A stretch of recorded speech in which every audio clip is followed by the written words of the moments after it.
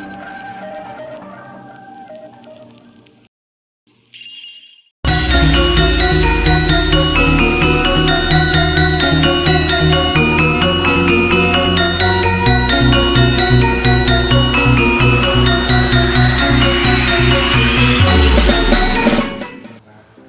Swastiastu, Assalamualaikum warahmatullahi wabarakatuh.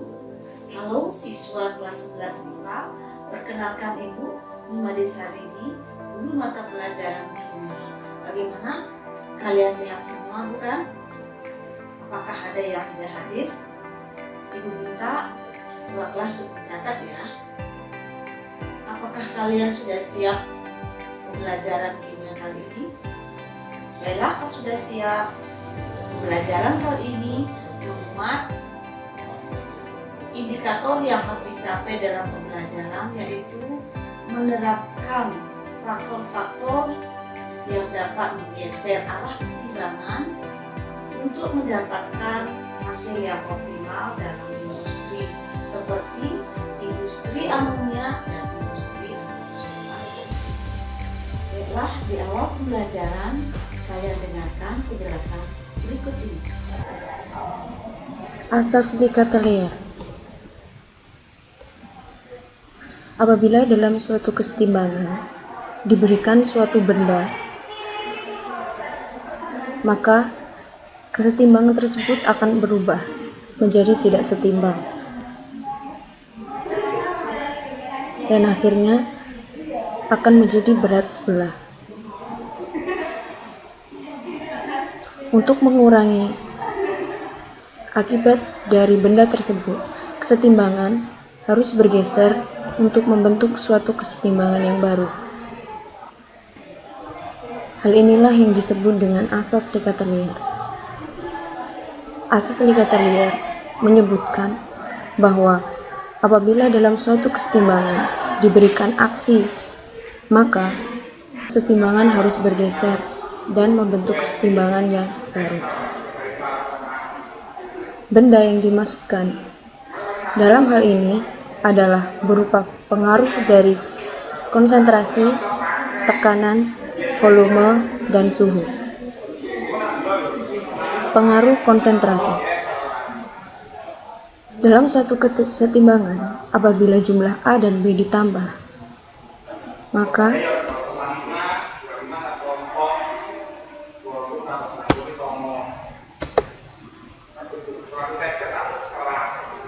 jumlah reaksi akan bertambah, dan untuk menguranginya, maka C dan D dibentuk,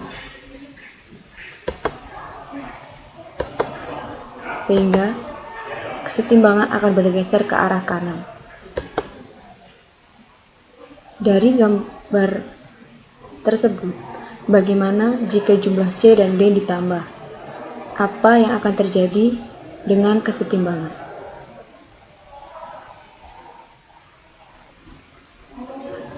Pengaruh tekanan dan volume. Pengaruh tekanan dan volume hanya terjadi pada sistem yang melibatkan gas. Saat tekanan dinaikkan, maka volume akan berkurang. Sebaliknya, saat tekanan diturunkan, maka volume akan bertambah. Dalam suatu reaksi, 1 mol gas A ditambah dengan 2 mol gas B akan menghasilkan reaksi kesetimbangan dengan menghasilkan 1 mol gas C dan 1 mol gas D.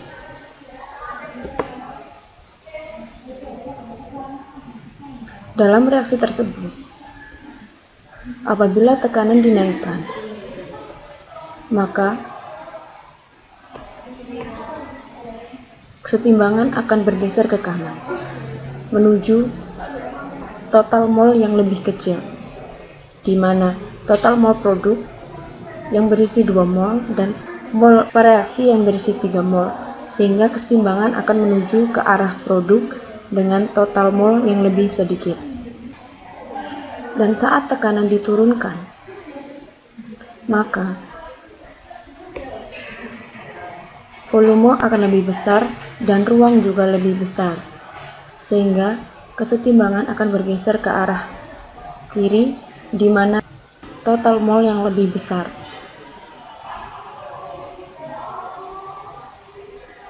Pengaruh suhu. Perubahan suhu melibatkan adanya energi. Dan pada suatu reaksi kesetimbangan akan dipengaruhi oleh adanya kenaikan suhu atau penurunan suhu.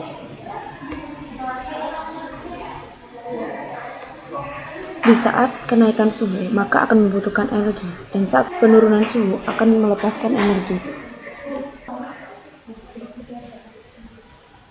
Apabila ada suatu reaksi eksoterm, yaitu 2 mol A ditambah dengan B, menghasilkan C dan D dalam suatu kesetimbangan, mempunyai delta H sama dengan minus 75 kJ. Tanda minus pada reaksi ini berarti reaksi tersebut melepaskan energi. Dan saat suhu dinaikkan, maka kesetimbangan akan bergeser ke arah kiri atau ke arah reaksi endoterm.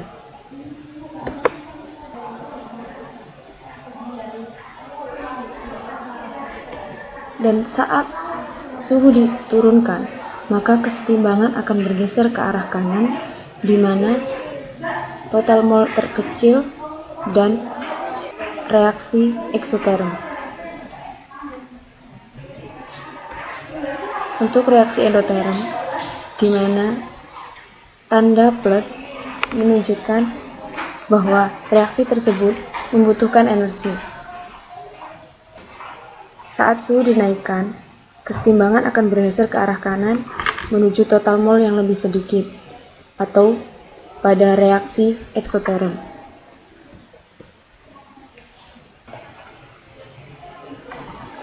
Dan saat suhu diturunkan, maka kesetimbangan akan bergeser ke arah kiri, di mana total mol lebih besar dan menuju pada reaksi endoterm. Apakah kalian sudah paham dengan penjelasan tadi? Bagaimana cara menerapkan faktor-faktor yang dapat menggeser arah kesetimbangan dalam industri supaya mendapatkan hasil yang optimal? Apakah kalian sudah ketemu jawabannya? Silakan dicatat jawabannya dan kumpulkan dengan teman-temanmu. Kalian ingat kembali ada berapa faktor yang dapat menggeser arah kesetimbangan dan kemana arah kesetimbangannya. Apakah kalian sudah ketemu jawabannya? Kalian tulis jawaban kalian bersama teman-temanmu, juga jawaban dari kelompok yang lain. Kemudian kalian simpulkan bersama kelompok lain dalam satu lembar kertas. Minggu depan kita bahas bersama. Bagaimana? Tidak sulit bukan? Apakah kalian senang belajar? Demikianlah pembelajaran kali ini. Terima kasih sudah mengikuti. Semoga bermanfaat dan menyenangkan. Sampai jumpa pada pembelajaran berikutnya.